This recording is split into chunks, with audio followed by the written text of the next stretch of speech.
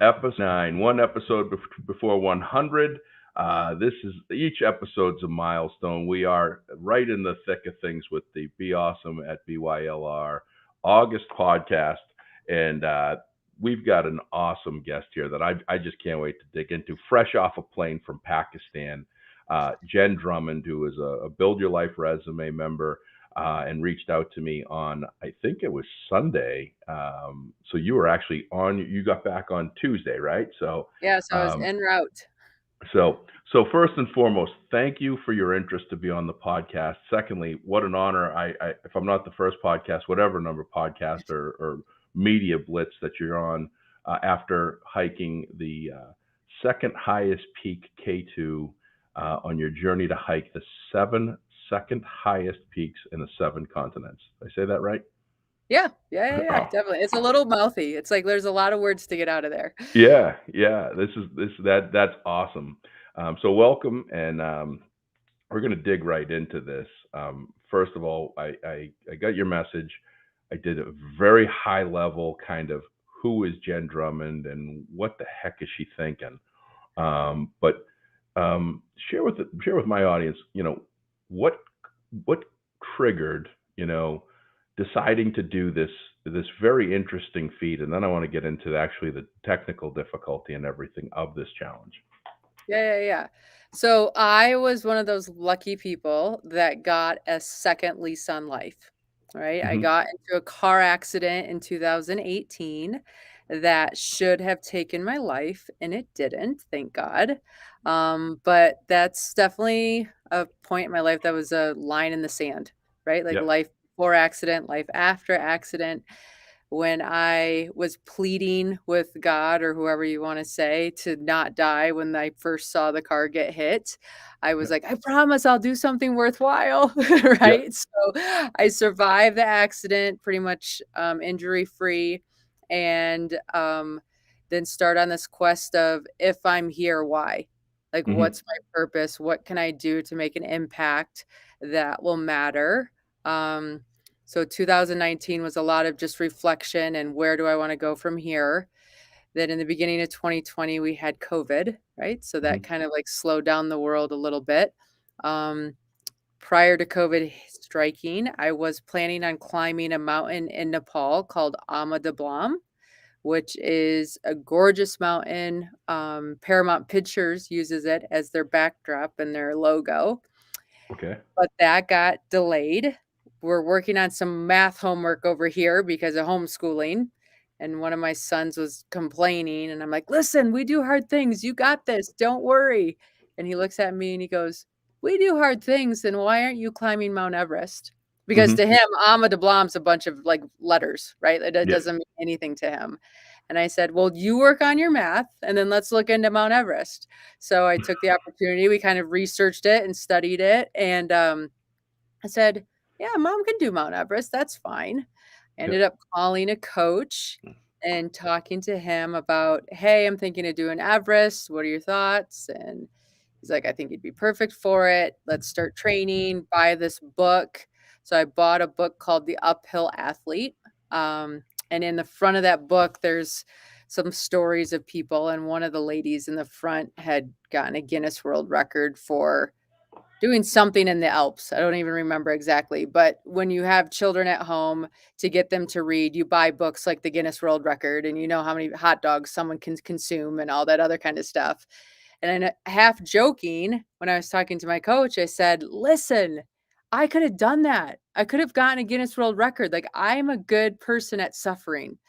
And he said, "You know what? Let's find a goal that fits you." He goes, "I think we'll think of something." And then over the next couple of months, in one of our calls, he's like, "Hey, I thought of something." He's like, "There's this goal called the 7-second summits, which are the second highest point on each continent. They're actually harder than the first seven. You have 7 children. You love to travel. You really want something that's respected within the community of what you work. So the 7 seconds are very respected within the climbing community. Um, and you could set your Guinness World Record." And I said, "All right, let's try it. Let's start." And that's where it began. That's that is amazing, and I just so you were a climber before this. I mean, you weren't no?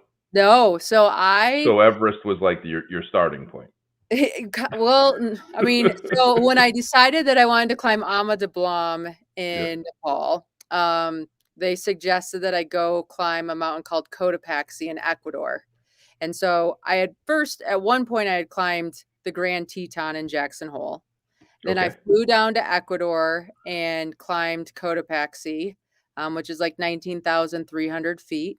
That went really, really well. So then I felt confident to go to climb Ama. And the unique thing about Ama is I think it's 22,000, just shy of 23,000 feet, but it's Mhm. more technical than Everest. So I Yeah. knew that if I could handle the technicality of Ama, then I just needed to worry about the altitude of Everest. Mhm. Um, and that climb went well. It's actually still one of my favorite climbs, to be honest with you. So I've climbed Hmm. all over now and I still love Ama. And so then when I was done climbing Ama, I looked at the 7-second summits, and the easiest of the 7 seconds is called Ojos del Salado, which is located in the Atacama Desert of Chile. And so I went to do that one, and I did that in December of 2020. Summited, super like things they don't tell you about a desert that I don't think Mhm. people think about is so I'm there. It's gorgeous, but because there's no like mountains or anything to hold weather in, what Mhm. happens is like it becomes this convection oven. So in the day it gets really, really hot, and then at Yeah. night it gets really, really cold because there's nothing holding the heat in. And what shifts that is wind. So the entire time I'm climbing this mountain, it is like, and I came home and I said, wind is a form of punishment. Like it Yeah. is like to listen to wind 12 hours a day can make Yeah. any normal human go crazy. Um, so I did Ojos del Salado as my first of the 7 seconds. And So then how if no, not to cut you off, but oh, please. how long is so I'm we'll get into my failed 14er. I mean, I'm like you're doing double that. My first 14er that I tried was about 7 miles round trip, and you can do it in a day. You're talking about being up there at night and during the day, and I know it's all of them have different times. But how long did that hike take you to do, and how long was it? So Ojos, I was gone for 10 days door to door. Hmm. And mainly you are taking time because you need to acclimatize because you're Right. not getting oxygen there. Hmm. So you went to this camp, like here's a sign that you're in a windy area. We go to this camp. I'm like, okay, well, where do we put our tents? And they're like, well, actually, all the tents get destroyed here.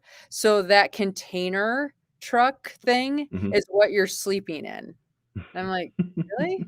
Because my tent feels a little bit more clean than that container thing over there that you built bunk things into and everybody uses." But Yeah. so we went to a camp, and then we went to a high camp, which is another container, Yeah. and then from there you summit.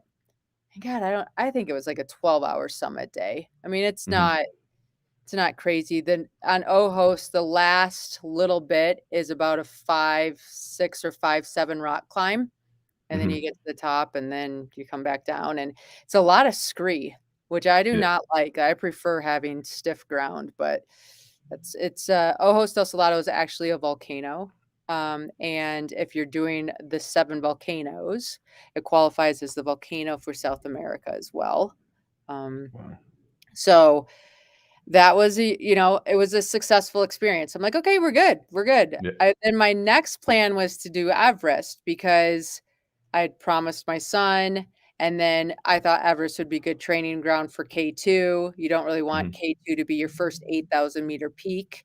Mhm. Um, but what happens is when you set a goal and you make it verbal and you know Mhm. what your end game is, sometimes little things come up in the meantime. So what had happened, which I thought was fascinating, is a friend had a relationship with a charity in Kenya, and they were looking to donate a ambulance.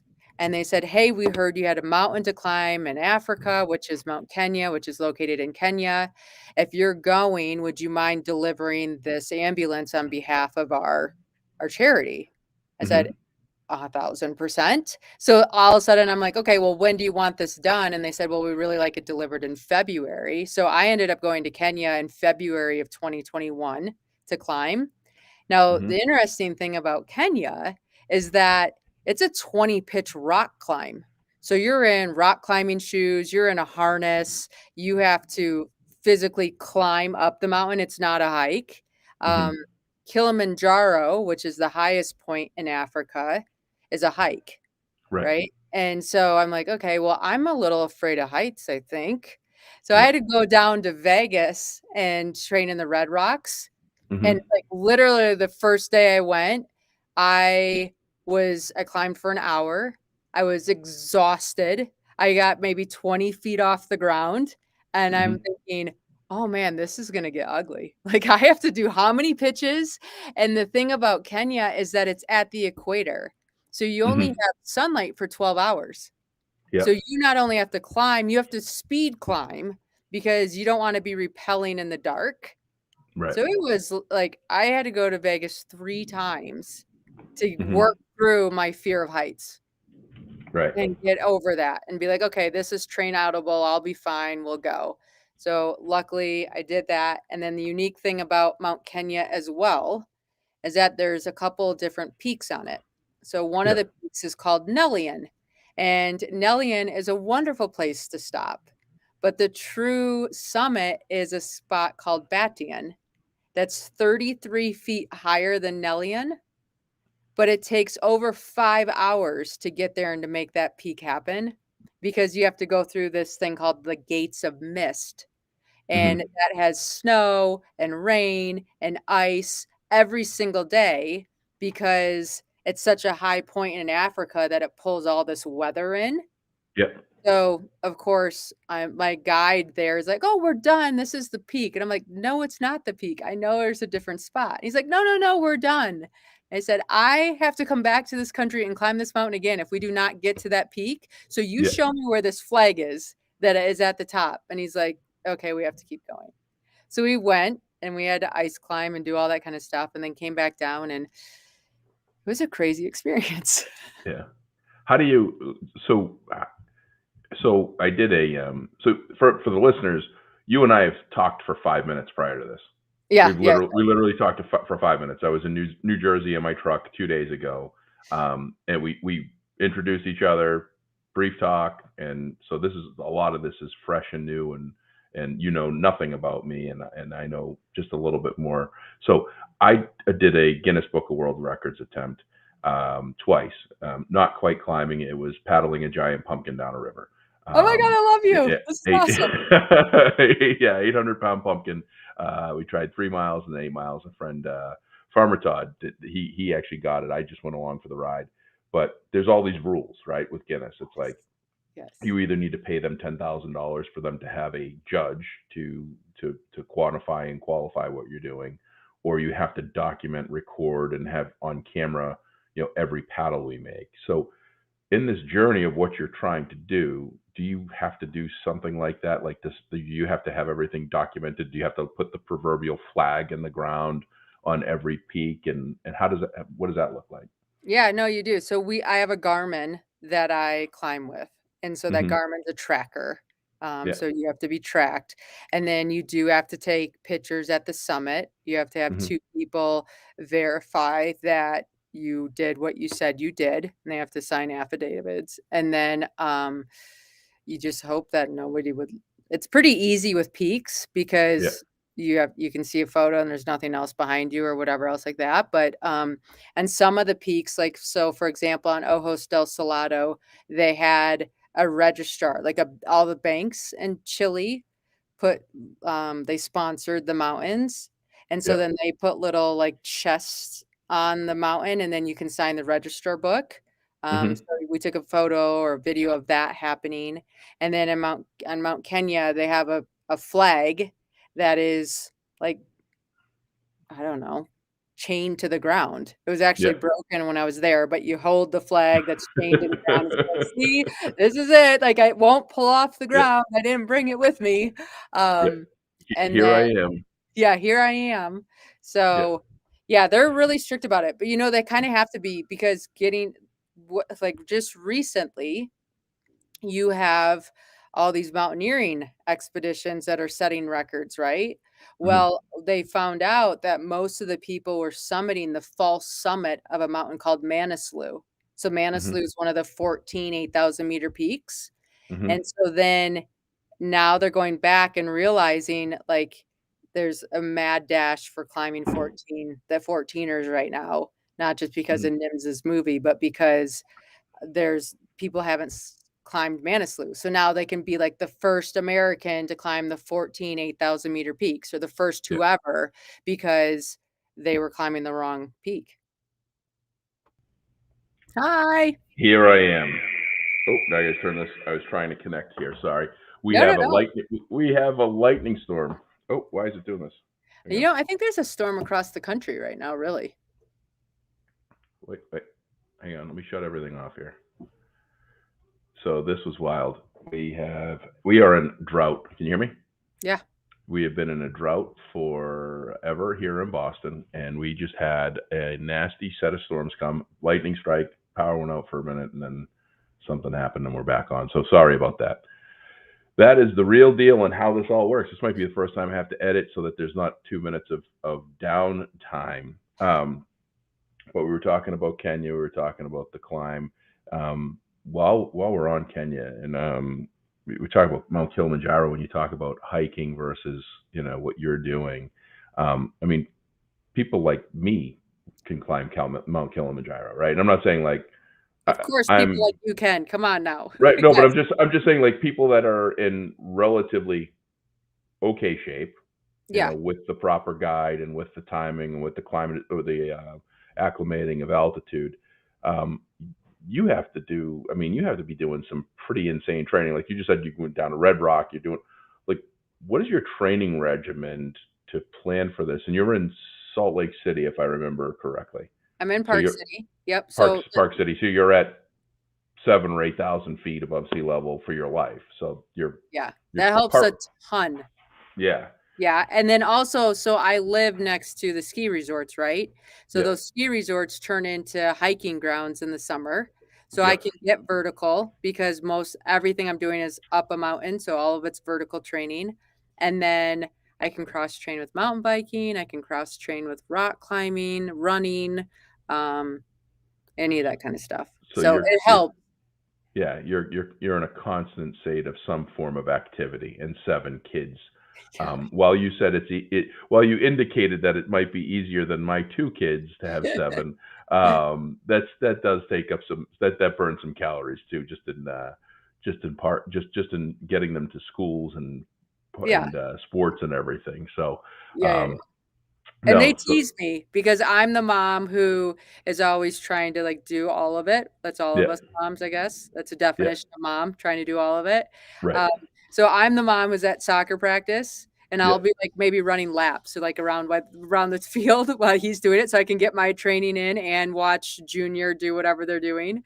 yeah, Uh, or I'll bring, like, total dorky, but I'll bring, like, a step up, and then hmm, I'll just, like, stand on the sideline and just go up and down, up and down, up and down. Um, yeah, and in my room, like, the boys tease, I'm like, "Hey, listen, if you make it easy, you make it happen. Okay? yeah, So we have to make it easy." So, like, I'll put, like, one of those Stairmaster steps between my doorway and the hallway. So yeah, anytime I come in and out of my room, I have to do one step up or one step down. yeah, But at my bathroom, when I'm brushing my teeth, I have, like, a little step, so I'll just brush my teeth and go up and down. And they're yeah. like, "Mom, none of our friends' moms do these weird things that you do." Yeah. Yeah, no, I mean, but it's working. Yeah, You're gonna be the yeah. first person. Now, before I forget, when we're talking about you being the first person to do this and the capturing the flag, even if it's broken and all of that, are you going to be recognized in the Guinness Book of World Records, or is there a mountaineering book of records? Like, what is that? What do you get for that accomplishment? Like, what Right, so I'm happens? hoping to be recognized in the Guinness World Record. You can't say that until you are. Yeah. Um, if they are really anal retentive about certain details that I can't provide on Mhm. certain mountains, perhaps, Mhm. I'm not gonna go back and do it for their sake because I know in my heart of hearts that we've done everything right and done everything. Right. So, like, for example, Dick Tao. is the second highest point in Europe, and Hmm. that's located in Russia. Okay. Okay. I got super lucky and summited last September. So Yep. September 2021, before Russia is in the situation that it's in right now. Yep. Um, I don't know when we'd be able to go back and climb in Russia, but on my way there, they lost all of my luggage. So I landed in Russia and had none of my gear. And Russia is like a technical climb. So you need to have, when they're technical, you need your boots to fit as tight as possible because you're Yep. front pointing into the ice. And Right. if you're not in your boot tight, then your foot slips and it just doesn't feel secure. So I land in Russia and I had bought all this gear, tested it all out. I'm like ready to go, and none of it arrives. And we have Hmm. this weather window, and they're like, the weather window's now. So we either climb now or you're not climbing. And I'm like, okay. So we go to a rental store in Russia. And like, one, women are not my size in Russia. Hmm. Um, and nor are they very big climbers. So I'm in gear that like belongs to boys, which is, I don't care, but it just doesn't, like, nothing fits. My backpack doesn't fit, like the pants don't fit, the boots don't fit, like Yep. nothing. And so I didn't have my Garmin for Russia because it was in my bag. Yep. There was a guy on my team that tracked on his Garmin. We took Hmm. photos at the top. There was like a pole that we could stand next to know that you're at the top. Um, I climbed with 2 Russian guides and then an American guide and then a guy named Chase and myself. So we took photos, we did everything, but if for some reason Guinness says like, "Hey, this isn't Right. legit," like, Not good enough. okay, I'm sorry. We got caught in an electrical storm on the way down and got electrocuted, and I mean, it was just like Russia is so Russia, and Yeah. it's such a difficult land, like, it's crazy. We were like, all of a sudden, I had an ice axe on my back, and I'm like, "I am hot. Why am I Yeah. like, why is my," like, I'm like, "Why is my back hot?" And he's like, "Oh, it's connection, like, throw your axe." So I threw my axe and it disconnected. And Yeah. then I'm walking a little bit further and I felt like it started hailing, but I don't see hail. So I'm like, "Why is it?" And then he's like, "Oh, it's connecting, drop to the ground." So I dropped to the ground. So we had to drop to the ground, like all of us, for about an hour, like just getting rid of the electrical current that was building in the storm. It was crazy. Wow.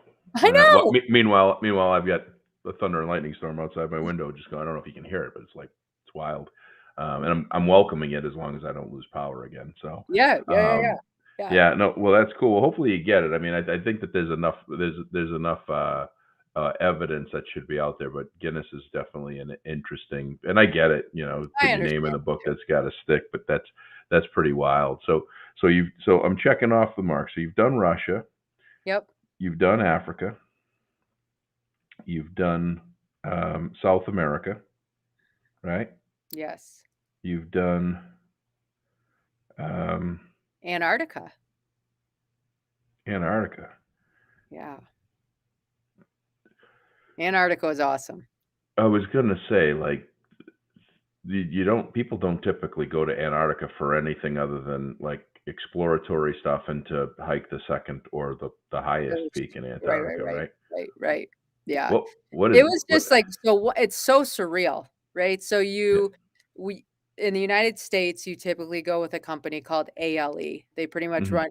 run all the expeditions if you wanna do any kind of mountaineering, okay? If you wanna Mhm. see penguins or different things, you can do a different expedition, but so if you go with ALE, you have to fly into Punta Arenas, Chile, okay? So that's like Okay. the southernmost point of Chile. And then the reason why is because they can fly a 757 jumbo jet, and Mhm. if weather gets bad once they are above it has enough fuel to be able, because there's no runway, right? There's no control tower, there's no lights on the runway, so they have to have perfect sun to come Mhm. in and see their shadow and make sure that they land on that snow perfectly. And so it's like it's a natural blue ice runway in the area that we land in. And, Mhm. so then you land there and there's no color.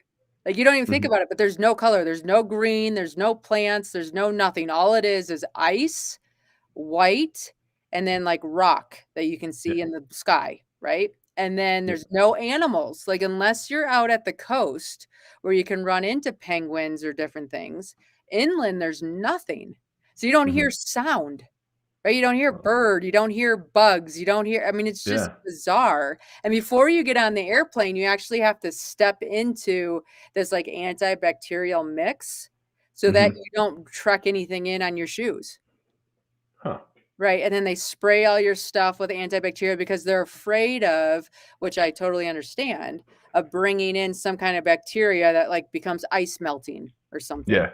right? Like, even Yep. when you're in Antarctica and we're at Union Glacier, which is, like, the home base that all the expeditions come out of, you are going to the bathroom in, like, porta potties, and they fly all that back to Chile. They don't leave Mhm. any of that in Antarctica. It is 100% no trace, which is fascinating, but just crazy to think about. Yeah. And Wow. then so then when you're at Union Glacier, now you have to wait for good weather to fly to the different locations where you'd start your expedition. So you fly these twin otters, um, and it's not like a nice airplane that we're used to flying, like Delta, that is all Mhm. fabricated and has whatever, right? I mean, it is Yeah. hey, you're sitting next to the sleds and this, that, and the other thing, and hold Yeah. on. And like, it's, you feel like you're flying in a tin can because Right. nothing's been made pretty, right? And you're like, Right. okay, well, I'm sure this is safe. So we flew to Mount Vinson. Mount Vincent's the highest point in Antarctica. We climbed that first because it's much easier and it allows us to acclimatize. Um, Mhm. so then when we were done with Mount Vinson, it's a 45, it's about a 15-minute flight to Tyree base. And it's Mhm. fascinating because I went with 4 guides and myself. The reason why we do 4 guides is because there are no helicopter rescues in Antarctica. If Mhm. something goes wrong, we need the manpower to carry the injured human down the mountain. Um, and so they allow 1 client to 4 guides. And we Mhm. fly in this Twin Otter with like coolers worth of food and tents and everything else. There's nothing, right? So you land and there's like 18 inches of snow. And so what we're doing at first is stomping down all the snow to get a flat platform to be able to build our tents, Yeah.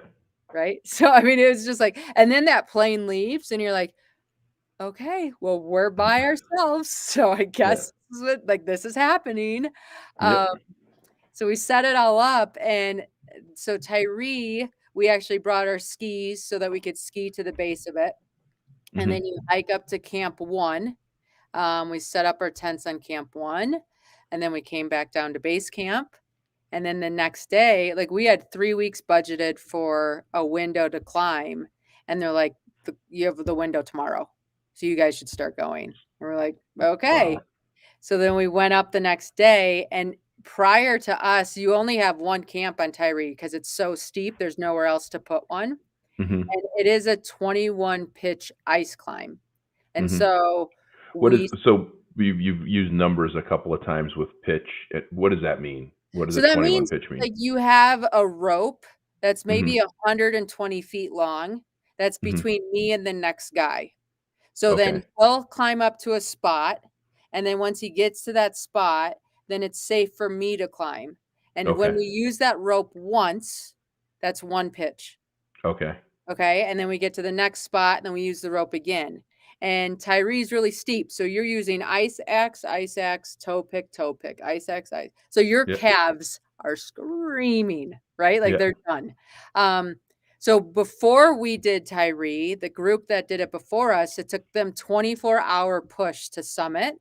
Mhm. We got lucky. I think the weather was nice. Everything worked out. Ours was 18 hours. But you're going for Mhm. 18 hours solid, pushing up. We got to the top, then came back down. We slept at Camp 1. The next day we came down. And so then we're thinking, all right, we made it. We did it. This is amazing. Now we have 2.5 weeks to play in this wonderland of all these mountains next to us. And we got Yeah. a call from Union Glacier on the radio because we had a radio in twice a day to let them know that we were safe or things were good. Um, they're like, hey, a storm's coming in. We either come get you now or we might not be able to come get you for like, we don't know, 2 weeks based on what the storm looks like. Mhm. And we're saying, like, I think we take the opportunity to exit when we Yeah. have it, Yeah. just to be safe. But the coolest thing about Tyree is that I was the second female to summit, the first American female to summit. The lady that summited it before is a guide, and she was Mhm. doing some work for mapping. So she was putting technology on the top of mountains so they could check what was going on with weather and things like that. Mhm. When you're on that mountain and like we were at camp 1 and it like just dawned on me. I'm like, had I been born when my mom was born or when my grandma was born, I would have never had that opportunity. Right? Like Mhm. I'm in this perfect timing and world Right. that women have rights. We have this ability to climb. And it was so empowering. I'm like, when I get that flag up there, I Mhm. am like, here it is, ladies. Where are you taking it next? Like it Right. was so awesome to be just a part of that story. Well, it's a Roger Bannister. It's a 4-minute mile, right? You're Yeah. blazing a trail for the first time with the hope that people beat it. And I'm in no way, shape, or form comparing a pumpkin paddle to doing what you're doing. But Yeah, no, but you it was wanted what was to. what was funny was nobody had ever done it before. And then Todd did it, and then 2 weeks later, a woman in Washington, Oregon, did 18 miles. We did 8, and then 2 weeks after that, somebody in North Dakota did 24 miles. So it's like it's one of those setting that stake or setting that bar at a point where people want to strive to do it. Obviously, the next step after you reach Right, this, right, right. And it once just once you opened. reach it, they're gonna say, well, I want to do it the fastest, right? There's that movie on and I don't know Yes. if it's Netflix or whatever it is, the guy that did all of the 8,000-meter Yeah, yeah, yeah. mountains in Nymph. like a short stint of time, Yep. which was insane. I want to go completely kind of off topic. You're adventurous, like you're like amazing as far as what you're just like nonchalant. Yeah, we flew down to Antarctica, we landed on ice, and then we got on a small plane, and then we climbed up this mountain, and then we went on 21 lengths of rope and did all stuff. Before your car accident, were you this outgoing, adventurous, daredevil? I mean, and then the second part of that question is, are you ever scared with any of these climbs? Like I'm imagining I'm looking at some pictures of K2 and stuff, and I'm going, yeah, I don't even know that I'd make it to base camp. And you're just like smiling like ear to ear in your picture on the BYLR post. So were you did this come out after your car accident and you became like did you become more adventurous, or were you did you have this mindset prior to your car accident? I guess is basically my question. Yeah, I think I carry a curious spirit. Like curiosity rules my Mhm. life. Um, and then I do feel like we're most alive as humans when we're pushing our limits, Mhm. right? Like when we're in our limits, we're comfortable or whatever. But then when we start pushing them and figuring out like where our edges are, Mhm. that's where I feel my best self. I will say that I'm definitely more open to trying things, more curious about things, more daring since the car accident. And Mhm. maybe a little background on that. So, like, I am in this car accident, and they have no clue how I survived. Like, they built the accident 50 times after the accident happened, and Mhm. tried to build a scenario where I lived and couldn't build one. Like, they're like, we could not build a scenario where you lived, and we tried 50 times, right? Yeah. And then so I'm in this accident. I'll see if you can even see some of these pictures. Oh, nope, wrong photo. Sorry. But right. Yeah. So the car's totaled. Yeah. And not a month later does a girlfriend of mine go hiking on a trail that you can push a stroller, but she's Mhm. jogging it. It's a little damp out. She somehow steps on a rock funny, hits her head, and passes away instantly. Mm. Okay, and, like, to me, it just was, I survived this crazy thing, and Right. then my girlfriend's doing something that we do every day with our eyes essentially closed, and she Mhm. passes away, and I walked away from that saying, "I don't have any say on when I leave, Yeah. but I sure have a say on how I show up." Right. So I better start living my life to like the max, doing things, not being scared, not writing a story in my head that's preventing me from being me.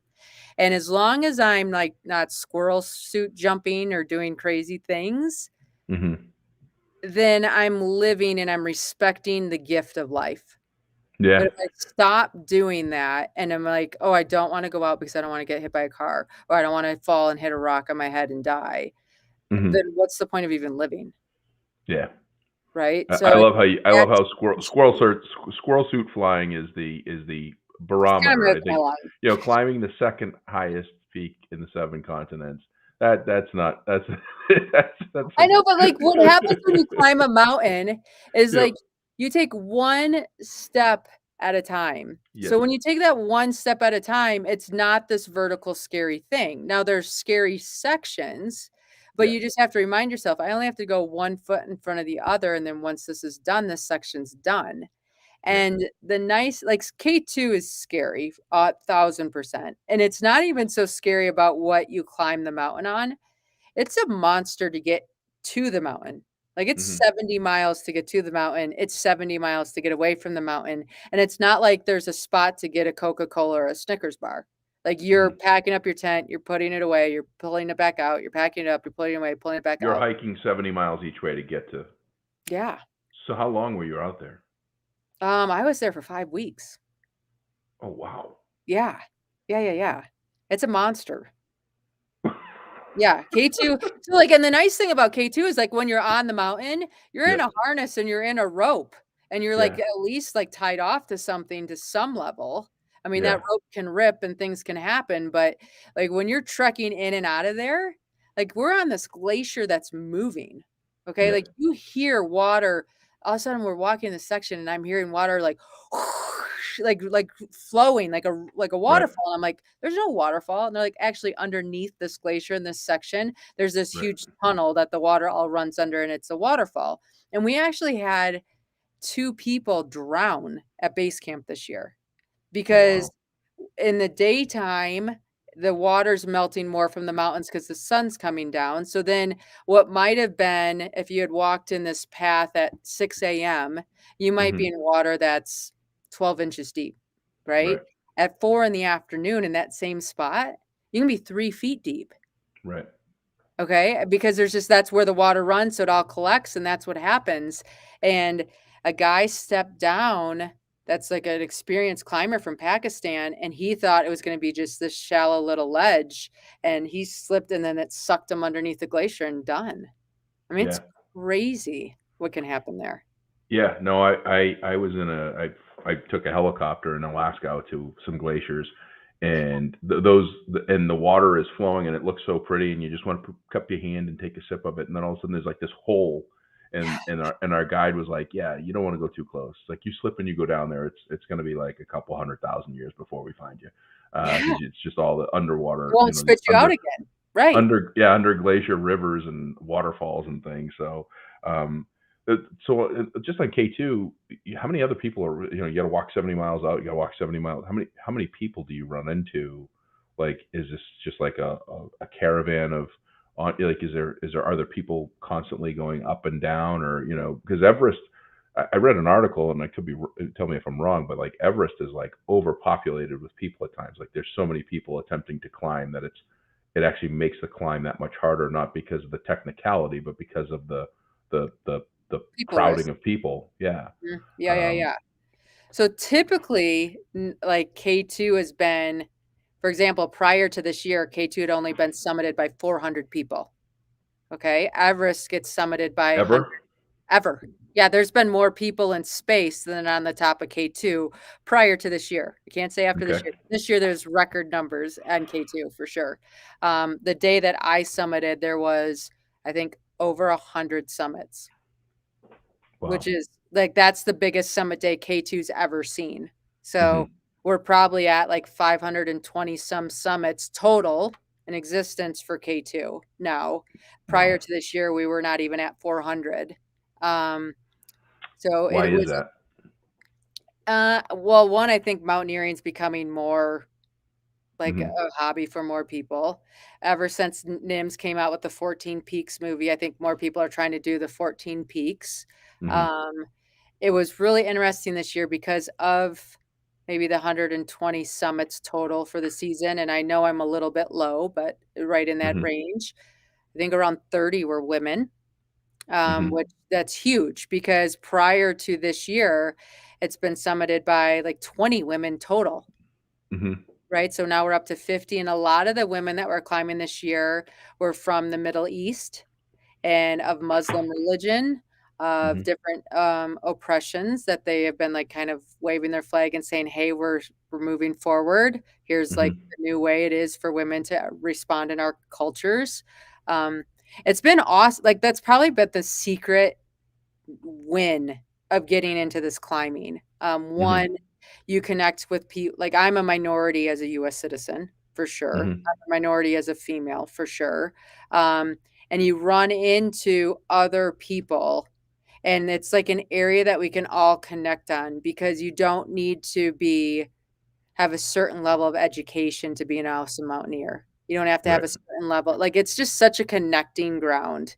And then just being able to empower other women. When I climbed K2 this year, I went in 2021 and did not summit. We had a terrible experience. I decided that it wasn't safe and I came back to the US. So I went to attempt it for my second time this summer. And I did not want to go. I had PTSD from 2021. So Mhm. to make it that I wanted to go, I actually ended up sponsoring a few Pakistani climbers to be able to climb, Mhm. because unfortunately they just don't have enough money to actually climb these mountains in their own countries because the oxygen is so expensive and other things for them.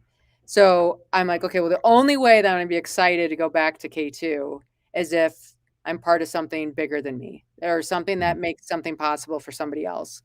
So I sponsored 4 people. All 4 of them summited, which means they all now have jobs for life in that mountaineering community, for Mhm. Pakistan if they decide that they wanna continue in that, and it's just an amazing experience. It was awesome.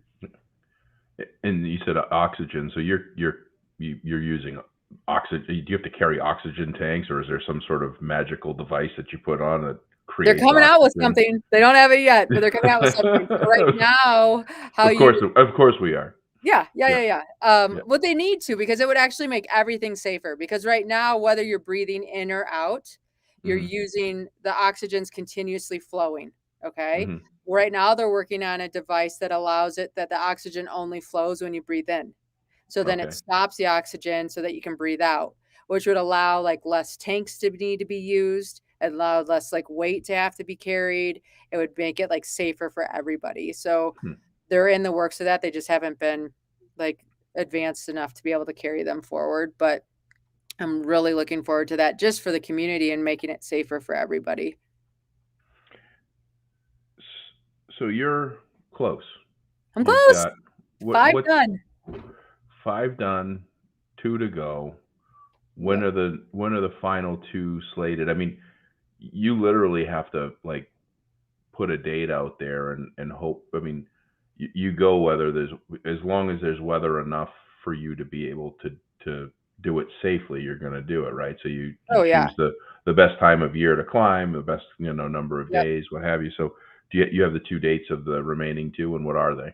Well, okay. So here's like a little caveat. So there's a dispute on the 7 second summits. Okay. So we'll Okay. start with that. So some people think the second summit is in Australia. So then that would be Mount Townsend, which is gonna be the easiest one, it'll be a hike up. In fact, if I do when I do that one, because I will do it, I'm gonna try to bring my children to do it with me because they'll be Mhm. able to. It's that easy. Mhm. Then you have Sumantri, which is in West Papua, which is in Indonesia. That shares the same space as Papua New Guinea. So West Papua has been closed since 2018, not because of COVID, but because of political unrest. So there's like a Mhm. gold mine there. There's like tribes that don't want to be part of Indonesia. They don't want to be part of West Papua. Like it's a mess. So that Mhm. country was supposed to open in August and Mhm. it still has not opened. All the expeditions for September have just been canceled. So I'm hoping whenever West Papua opens, I will go. Mhm. Like there's not Mhm. like that climbing season is actually 20 like all year round because Mhm. of like the location. And then I'll go climb Mount Townsend in Australia, which can be climbed in the summer, the winter, it's just a hike. So that Mhm. call that my 6th climb or whatever. There's 2 of them there waiting for that to Mhm. open. My 7th is Mount Logan. So Mount Logan is the North America one. It can be climbed in the month of May. So that's the month that you can climb it. We That's it. actually, yeah, it's because what happens is like you saw crevasses. If you go in June or July, those Hmm. crevasses get so wide that you Right. can't get around them, right? And then if you Hmm. go before then, they get so much snow and everything else that it's crazy. I went to Mount Logan in May of this year and attempted it. Um, the difference between Mount Logan and Denali, for example, Denali gets about 1,500 permits a year. Mount Hmm. Logan this spring got 25. Okay, so we go to climb it. We're 6 of the 20 or 7 of the 25 permits. And our main guide gets altitude sickness. The airplane that takes you on and off a glacier breaks. So then we become part of Parks Canada. Parks Canada said there's a storm coming in. It's negative 65 degrees and then a wind chill, which Yep. is colder than where I've been in Antarctica and colder than the top of Everest. Okay. So then they're like, hey, this storm's coming in. We don't have the bandwidth to have rescue everywhere. We're pulling you guys off the mountain before it gets dangerous. So they pull us off the mountain, leave all of our gear on the mountain because they don't have time to get our gear. And then Hmm. we wait in Canada for a week till we can go back and get our gear and then fly home. So I'm hoping to do Mount Logan in May of 2023. Wow.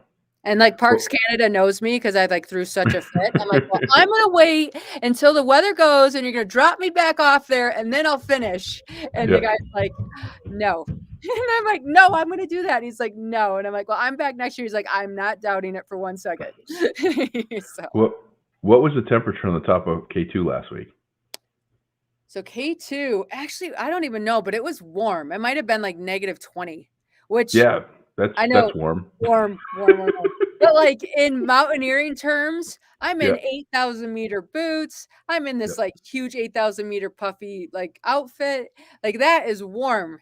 Like, you Yeah. could put it this way, we could take off our oxygen masks on K2 and at the top for photos and put them back on without them freezing. When Wow. I was on Everest, the weather was bad the day that we summited, and it was so bad that you weren't allowed to take your mask off because it would freeze and block up all the oxygen and it wouldn't work anymore. Wow. So to me, I was like, "Hey, this is we're winning. We got warm weather. It's blue skies. We're happy." Yeah. Well, I mean, I was flying back from I went to Albuquerque, New Mexico a couple weeks ago, and we had one of the I did the LAX to Boston red eye. That was in one of those fancy seats with the big TV that's got the map and it shows the temperature, and the temperature at 36,000 feet is always like at least -50. So I figure Oh, at yeah. Yeah. 29,000 feet, it's going to be cold year round, but Yeah. hey, not too bad. -20, that's pretty good. Yeah, no, we got Um, really lucky. the one of the things I want to talk about a couple more things, which is you know climbing these 7 peaks. You say you're going to climb them, and a lot of people don't think about you get to the top, you're only halfway there. Yes. The descent is hard, and Hardest, hardest in part. some cases, I was going to say that's the harder of the two, in my opinion, with my one experience. Um, First of all, wear and tear on your body is actually really hard, and then um, for me, I'm impatient. Like, Yeah. I didn't reach my key peak, but I got as far as I could, which is like 13.5, I think, You was were, like, the. right there. Yeah. Yeah, I was close. Yeah, and there's a YouTube video of me just before I kind of collapsed and gave up. But Yeah. um, the hike down is it's you get to the top. You get to well, I got to the point that I got to once I collected my thoughts. I'm like, I can't believe I'm this far up. I made it this far. And Aaron Ralston, who was my dear friend and guide and motivator, he said exactly what you said, which is because we're at the bottom, was Quandary Peak in Colorado, which is it's the 13th highest peak in the state. It was actually the first peak first 14er that he climbed out of all of them in the state, which Oh, was kind of cool. cool. And I was completely overwhelmed when we were in the parking lot.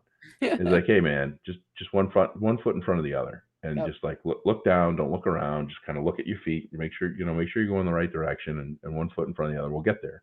Um, which for someone that's impatient, that's tough, right? Because you just want to get there, pacing yourself and doing all Oh, that I stuff. know. All of it. Um, Fueling, eating while you're going. yeah. Um, so I guess it's kind of probably a two-part question.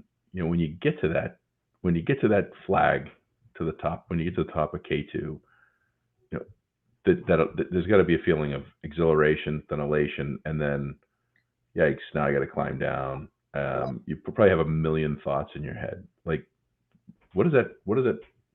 I mean, that's got to be it's got to be like an addictive. It's got to be like almost like a drug, right? Like the first Oh, time you do it, you're like, yeah. oh, I can't wait to get to the next one, Oh, no, yeah, right? it's almost like, and this is gonna sound a little woo-woo, but it's almost you get to the top, and it's like you've connected with your soul again, right? Yeah. And you're everything. You're the mountain, you're the air, you're the sun, you're the all of it, right? Like, it's so bizarre, but when I'm on the top of the mountain, I feel like I'm right next to my children versus Hmm. 7,500 miles away from them. And then Right. what happens is there's like, okay, I figured it out. I got it. I'm here. And it's like you go throw your soul out into the world again. And now you got to go find it again. And the Hmm. fun is in the find. The fun is in the chase. The fun is in all like, like people think we climb these mountains for the top, Hmm. right? If we climb the mountains for the top, we would take a helicopter, land at the top, snap some photos, and take a Right. helicopter and go to the next one. You Hmm. really what you climb these mountains for is like the the symbolism of all these times I could have said no. All Hmm. these times I could have turned around. All these times where I was like, I can't, I won't, I refuse. And Yeah. you do. And then it all comes into one at the very, very top. And there's just not words for it in our language. Right. Like it is a feeling that surpasses all, right? Yeah. And encompasses all. And so then you realize like I want the challenge. And this is what's awesome about mountain climbing is like whether you want to get into podcasting or book writing or starting a business or doing anything, you realize the true joy and glory and fun is in the moments of overcoming. Right. Like, you all of a sudden, you start welcoming the challenges or you welcoming the setbacks because you realize, like, this is gonna be over. It's gonna be Right. done. And when it's done, I'm not gonna get this back. So how can I take this in as much as possible Yeah. and and experience it? Like, it kinda happened right after my car accident. Like, before my car accident, my kids would fight, and I'd be like, "Oh my god, we're fighting again." When you get out of a car accident and you're Hmm. alive, you're like, "Oh, they have 2 opinions." And they're Yeah. so passionate about their opinions that they wanna, like, get their opinion onto the other human, and how awesome is it that they're that convicted of their being right? Like, it Right. no longer is like, "Shut the F up," like, for lack Yeah. of better words. Now it's like, "Oh, I love that you have this passion and this, like, desire and this, like, it just changes Yeah. everything, and so when you come down from these mountains, you're like, "Give it to me, challenge me, let me see what it is," because that's where I become me, Hmm. right? Yeah. Did you? So from your first climb to K2, how many times? What do you think your percentage of drawdown? Like how many times on your first climb were you like, I've had enough. So my first and only climb, I know there were 3 points where I gave up. Like I know exactly where they were on the mountain. If I walked back, I probably want to quit on those 3 points even now, because it's been 4 years. But Yeah. you know, uh, did you were there points on K2 that you were just like, no, I don't want to go any further? Or did you kind of work out the kinks of quitting in your brain, because it's your ability to endure, it's my friend David Cook's greatest saying is your ability to endure is far greater than your willingness to endure. So it's your Yeah. brain Oh, your totally. brain saying, I give up, but your body can do it. So did you I had draw a down? breakdown on K2. Like, so I was sick. So I got so sick. I went on 3 antibiotics. Yeah. Um, then I got hives from the antibiotics. Then I was, like, finally feeling good, and then we were ready to go up for our summit push, and then I got sick again the day before, and I lost, like, over 15 pounds at this point, and I'm like, "I put all this time into gaining this weight to be able to, Yeah. like, handle this mountain, and I'm in my weakest state." So we're climbing up the mountain, and the only thing I can eat right now that's not giving me stomach problems is boiled potatoes. Okay, so we're at this point that's super hard. It's really hot, but you can't take off your outfit because you have nowhere to put it, so you have to wear it. And we're gonna take a break and have a snack. So I'm like at my max. And I'm like, okay, well, Hmm. at least we're taking a break. So I open up my boiled potato out of the aluminum foil and it had skin on it. Okay. Mhm. I'm like, I started sobbing. Okay. I don't like the texture of skin on my baked potato. And I'm on this like a deadly mountain. And you guys can't even get my potato right. Like I'm like just like a 2-year-old, right? So you have this 2-year-old temper tantrum. Like my friend's like, I'll peel the potato for you. It's fine. Give me your potato. I'll take off the skin. Like everybody's trying to like quick fix the problem because it's not a problem. And then 2 minutes later, you could just start dying laughing. You're like, I'm 40 something years old. I'm climbing the deadliest mountain in the world, and I'm gonna cry because I have freaking skin on my bake. Yay? Yes, we're back. You know, Yes. the potato story cut my internet. This has been wild. Like you talk about your electrical storm in Russia is now over here in Easton. Yeah, where it's just replaying real life and mountaineering. Like you have these little glitches in everything you're doing. Yeah, So yeah, like so I had this like meltdown about my baked potato, right? yeah, But then like the funny thing is like that's the story that we all remember. yeah, Like, remember Jenn, the tough ass that, like, starts bawling because her baked potato has skin on it? And, like, so we can like, we laugh about it, we joke about it, we tease about it, but I needed to get those emotions out, so I got yeah, them out, pulled myself back together, and now we can giggle, and it's yeah. fine, and that's life. Like, know that these hard moments are so bad in the beginning, but at some point, if you can find humor in that, like, you win. You Right. win. You're good. Well, that's laughter is the best possible thing to do. Yeah. I got to tell you, before I lose power or an electrical storm, this has been amazing. Like you are just like this is. I can't wait to see you finish. You know, Aw. when you finish, this is going to be exciting. And I'm going to follow along. I think that um, I'm just amazed. I'm looking and saying you were climbing down 70. You were hiking down 70 miles of terrain from climbing the second highest peak, but the arguably hardest peak, um, a week ago. Yeah. Like I it's know. kind of surreal for me to just to even have you on here, not knowing and I didn't know who you were a week ago. I know, This isn't is that fun? Don't you it's love that's what's I, fun about BYLR. You meet these, yeah. like, amazing people that you didn't know, but you're like, "Well, they're in the group, so they have to be cool." Well, that's the whole thing. So I mean, so I I didn't have a similar experience. It wasn't a car accident. It was a prime rib sandwich. I actually almost choked to death eating a prime rib sandwich in Wow. 2017. Yeah, it was pretty wild because I didn't do all that stuff. And the co-host that on my other Be Awesome podcast, Paul Anastasia, saved my life. He gave me the Heimlich maneuver, broke 2 ribs, and longer story for another day. But yeah, so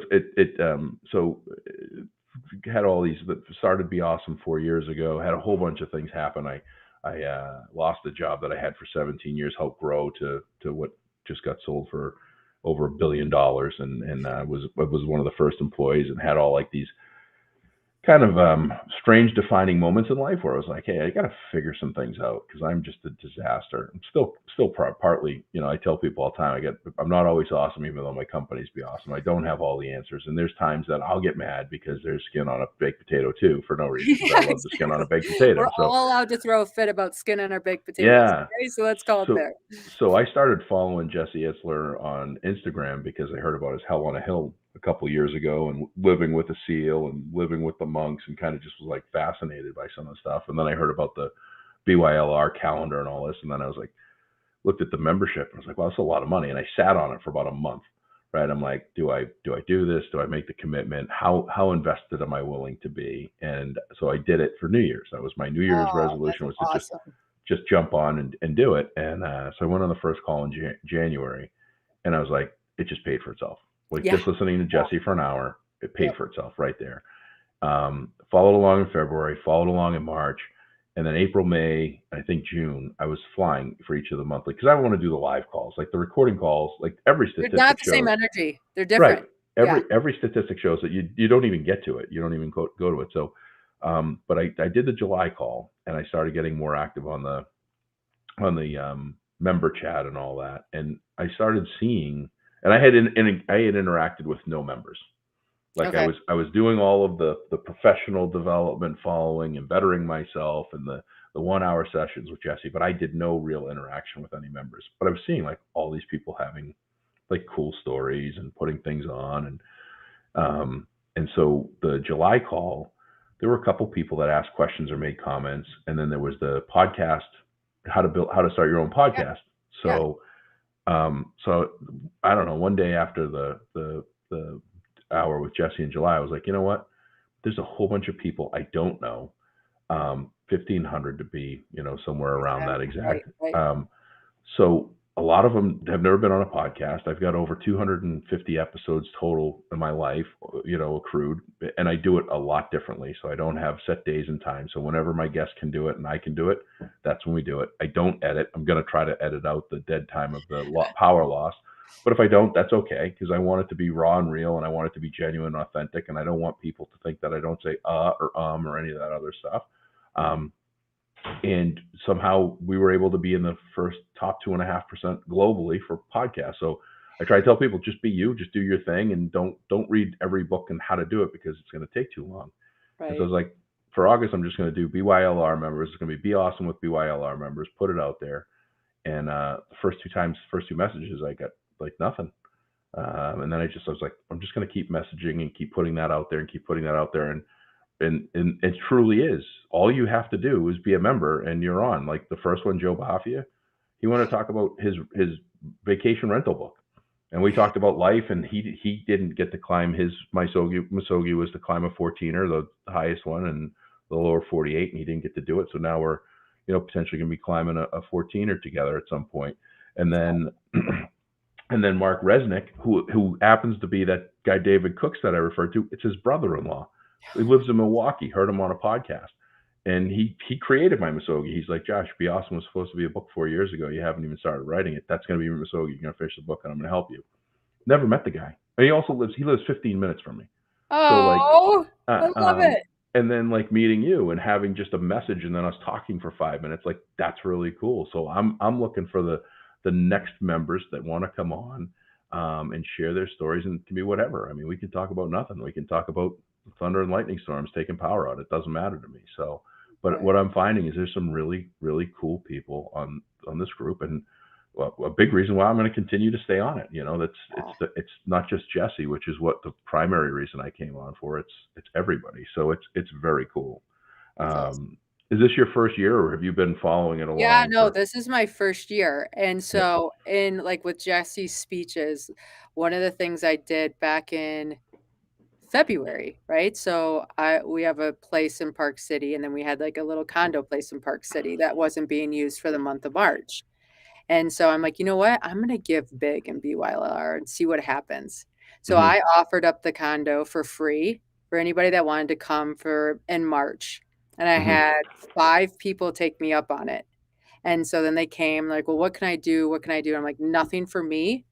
Just give back some other way, right? Give back Hmm. some other way. And then the people that weren't able to use it or weren't interested in use it, because I made that offer, Hmm. they were like, "Hey, I have a guest house here. I have a place here. I think that's so amazing that you were so generous. Please know that anytime you want to use one," or I mean, like the generosity and the desire to help and improve and empower within Hmm. that community is it's not matched. It's Yeah, unbelievable. I missed that. I would have gone to a condo in Park City Yeah, and yeah, yeah, yeah, no. helped the work. See, and that's, like, the thing, like, where people miss it's like, "Oh, I put it out there once and I didn't get any, like, Yeah. response."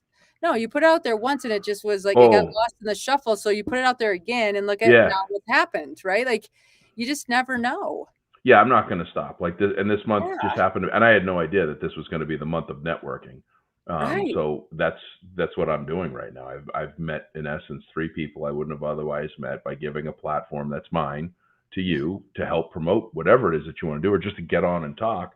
right, And that works, and that's the way that it should be. And you should be doing more. You should be giving more than you expect to get, and at some point you'll get something in return. So this is awesome. I hope to have you. I want to have you back on when you well, thank complete you. it, because I want to have like a celebratory podcast. I think Yes, we could talk about yes, climbing and all this other stuff, but hats off to you, um, and keep doing what you're doing. thank I'm you. just amazed, without words. And like you say, born in the right generation, which is exciting and sad, right? It's like if I was born just a couple years earlier, probably wouldn't have these opportunities, which is crazy. And so continue to fight to get everybody the opportunity.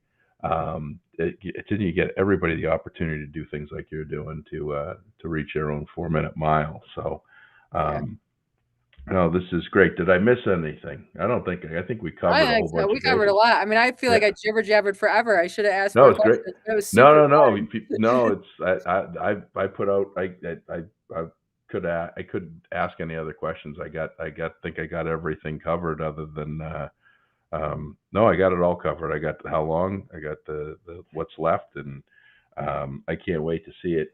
And it's great. You're gonna have you. So I guess it's my last question. So this mountain in Australia that you're gonna do with your kids, is that going to be your? Well, you don't know if it's going to be your last or not because the other place could Like, open up anytime. originally, I was thinking that I was gonna climb you always think that you're gonna summit the first time you attempt, which is not Yeah, reality.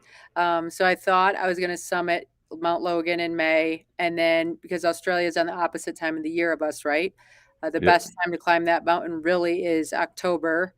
I was yeah, told that November, December, it gets kind of black fly-ish-y, yeah, and I'm not a bug person, so I was hoping to take the kids and kind of do it as a bookend. Like, hey, we set this goal, we have a GWR, yeah, let's do this together. But I might still just go with them in October and then still just have another mountain left afterwards, yeah, which is fine. Um, I just want to be able to do one of the 7 with them yeah. because it all started with them. Yeah, no, that's great. And what a great way to push your kids, and you're definitely not a do as I say, not as I do Yeah, exactly. parent, which is great. So this has been awesome. Thank you so much, Well, and thank you so much. I really, really appreciate it. Super look fun. look forward to having you back on when it's completed, and we'll absolutely stay in touch. And Yeah. as the timing is perfect, I can hear Captain Chaos, aka my 4-year-old, chants outside my door, Woohoo! counting down the moments for me to wrap up for Friday night. So Okay. that will do it here. This is episode 99. I do have to go out next week, and I have to make episode 100. Is actually going to be a non BYLR member. This is a special episode that I didn't forget, but I didn't know that how many episodes I would get to before we got to 100. And episode 100 is actually, and there he goes. You just saw the door Ah, open. so There he was. sweet. Yes. Episode 100 is actually going to be with my first Be Awesome client ever. Her name is Jenny Mather. She's got an amazing story. She is the owner of the JM Pet Resort in Brockton, Massachusetts, and her story is awesome. And she has grown her business over the last 20 years with blood, sweat, and tears, and now has over 100 employees, a 40 some odd thousand square foot facility that she doubled in size.